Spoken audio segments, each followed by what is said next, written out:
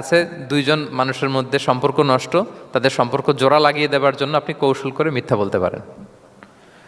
যেমন ধরেন যে দুইজনের সাথে কথা হয় না, দা কুমড়া সম্পর্ক, আপনি একজনকে বললেন যে ভাই ওই দিন তো ওই লোক আপনার ব্যাপারে অনেক প্রশংসা করলো। সে তো শুনে অবাক হবে, কিরে আমার প্রশংসা কি বললো, এমন এমন বললো।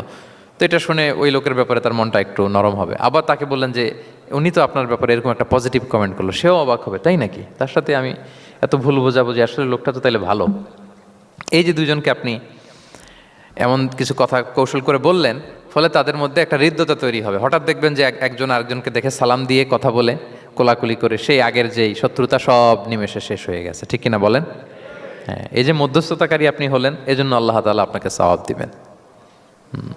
তাহলে বিবাদমান দুই গ্রুপ দেখলে আমরা আজ থেকে আরো ঝগড়া লাগিয়ে দিব না মিলিয়ে দিব? রাসূল সাল্লাল্লাহু আলাইহি ওয়াসাল্লাম বলেন, আলা উখবিরুকুম বিআফদালা দারাজাতিন মিন